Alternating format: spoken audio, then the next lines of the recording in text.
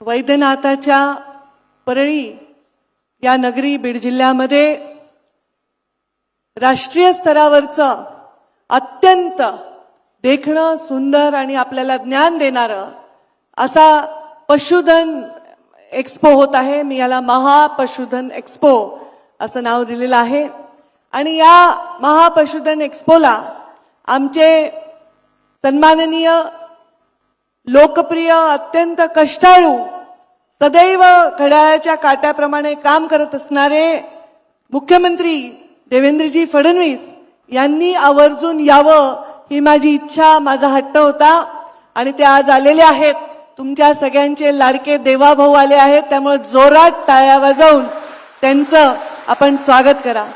मंचावर विराजमान आत्ताच ज्यांनी मार्गदर्शन केलं ते माझे बंधू आमदार धनंजयजी मुंडे, मंचावर उपस्थित आमच्या बाजूच्याच मतदारसंघाचे आमदार रत्नाकरजी गुट्टे, गोसेवा आयोगाचे अध्यक्ष शेखर मुंदडा, मंचावर उपस्थित अक्षय मुंदडा, कारण आमच्या नमिता मुंदडा स्टडी टूरसाठी बाहेर देशात गेलेल्या आहेत विधानसभेतर्फे, आमच्या परळीच्या प्रथम नागरिक पद्मश्री धर्माधिकारी, मंचावर उपस्थित माजी आमदार बदामराव पंडित, केशवदादा आंधळे, गोविंदराव केंद्रे, संजय दौंड, आता आमच्या बरोबर जॉईन झालेले एक युवा नेतृत्व योगेश क्षीरसागर, आमचे प्रवक्ते रामभाऊ कुलकर्णी, आमचे बाळराजे पवार ज्यांनी नगरपालिका आमची जोरात निवडून आली, आमच्या नगराध्यक्ष गीताभाभी पवार, आमचे जिल्ह्याचे अध्यक्ष शंकर देशमुख आणि माझे इथे ह्या पशुधन महाएक्सपोला यशस्वी करण्यासाठी ज्यांनी खूप मोठं योगदान दिलं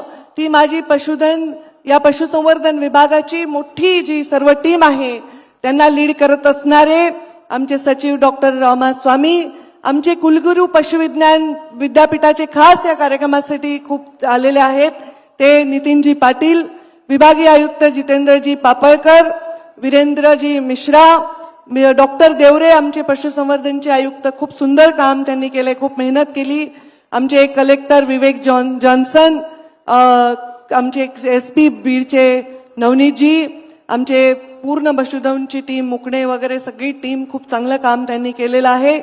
आमचे परळीचे गटनेते पवन मुंडे, तालुक्याचे अध्यक्ष राजेश गीते, रमेश कराड, आमचे बँकेचे चेअरमन विनोद सामत, निळकंठ चाटे, शिवाजीराव गुटे, एनसीपीचे नेते अभय, आमच्या बंधू अजय, वैजनाथराव सोळंके, भैया धर्माधिकारी स्वतः सूर्यभानजी मुंडे, सर्व मान्यवर। सॉरी सीएम सर, तुमचे नेहमी मी आदेश बरोबर तंतोतंत पाळते आणि अगदी मंचावरील कोणाचेही नावं नाही घ्यायचं पण मी नेहमी पाळते, पण आता काय आम्ही इथे युतीमध्ये आहोत, मग मी दोघांचे पैकी एकाचं नाव घेतलं तर दोघेही नाराज होणं म्हणून तुमचा 2 मिनिटं वेळ मी जास्तीचा घेतला, सगळ्यांची नावं घ्यायचा प्रयत्न केला कारण या सगळ्यांमुळे हे यशस्वी होत आहे महापशुधन एक्सपो।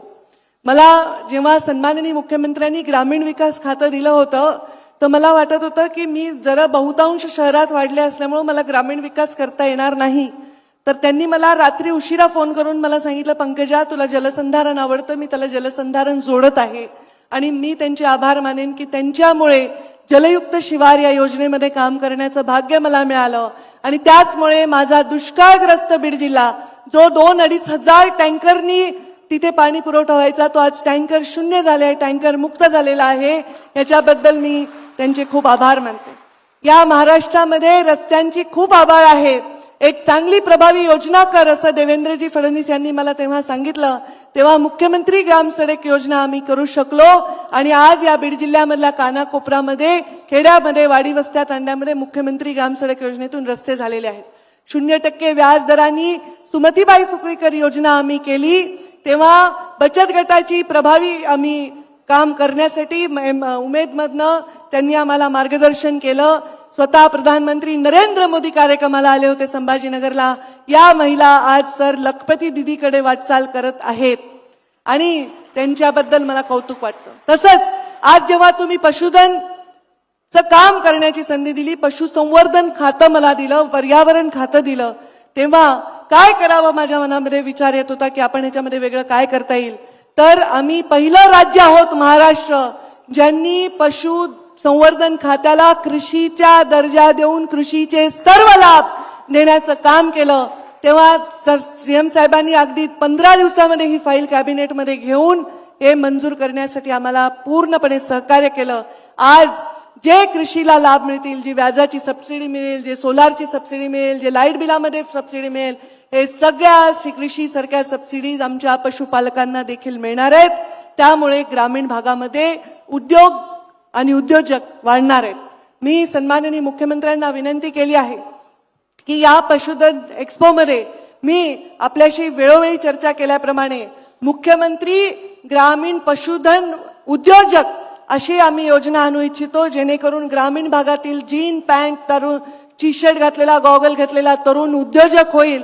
कुणासमोर शहरात जाऊन कुठे ड्रायव्हरची नोकरी करतो, कुठे क्लर्कची नोकरी करतो म्हणून हात पसरण्यापेक्षा तो तरुण स्वतः 4 लोकांना नोकऱ्या देऊ शकेल, अशा प्रकारची उद्योजकाची स्कीम आपण आणली पाहिजे. पशुधन खातं माझ्याकडे आहे. ग्रामीण भागातील 24 लाख तरुणांना, बेरोजगार तरुणांना उद्योजक बनवण्याची योजना आमच्याकडे आहे. मुख्यमंत्र्यांनी त्याच्यामध्ये आम्हाला पाठीशी राहिले, सहकार्य केलं तर मुख्यमंत्र्यांच्या नावावर अनेक तरुण हे बेरोजगारीकडून उद्योजकतेकडे जाण्याचा प्रवास करतील. आज हे पशुसंवर्धन खातं माझ्याकडे आहे. या खात्याचा मी आढावा घेतला. जीडीपी मध्ये 4% इतका वाटा या खात्याचा आहे. म्हणजे राज्याच्या सकल उत्पन्नामधला जवळपास 2.8%, जो 25% होतो, एवढा वाटा हा आमच्या पशुसंवर्धन खात्याच्या माध्यमातून होतो. देशामध्ये दूध उत्पादनामध्ये आपल्या राज्याचा 5वा क्रमांक आहे मुख्यमंत्री सर. आपल्या अंडी उत्पादनामध्ये आपला 7वा आणि मांस उत्पादनामध्ये 3रा क्रमांक आहे. माझी इच्छा आहे की आपल्या सहकार्याने हे खातं दिल्यानंतर एक क्रमांक तरी येणाऱ्या वर्षामध्ये आपण पुढे जायला पाहिजे. आणि आम्ही ह्याच्यामध्ये पूर्णपणे कुक्कुटपालनामध्ये, अंड्यामध्ये, दुग्ध व्यवसायामध्ये आम्ही ह्याच्यामध्ये फोकस करत आहोत. आपल्या बीड जिल्ह्यामध्ये पण भरपूर मोठं दुधाचं संकलन आहे. बाजूच्या नगर जिल्ह्यामध्ये पण मोठं दुधाचं संकलन आहे, मोठमोठ्या डेअरीज आहेत. यामध्ये यांना जर आपण मोठं प्राधान्य दिलं आणि त्यांना सबसिडी देऊन त्यांच्या पाठीशी आपण उभे राहिलो तर हे उद्योजक कमाल करून दाखवू शकतात. हे आमचं स्वप्न आहे, हे आमचं ध्येय आहे.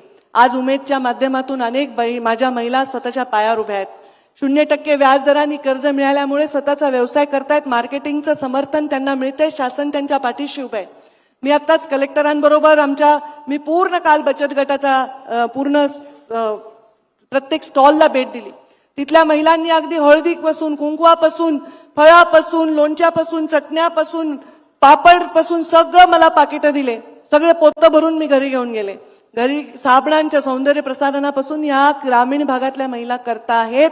त्यांच्यासाठी मला खूप गर्व वाटतो. माझ्या गळ्यामध्ये एक छोटीशी मोत्याची माळ आहे. खूप माझ्याकडे अलंकार असतील ह्याच्यापेक्षा महागडे, पण ते माझ्या बचत गटाच्या ताईने मला दिले आणि तिचा हट्ट होता की ताई तुम्ही आज घाला, आणि म्हणून मी ती आज घातलेली आहे.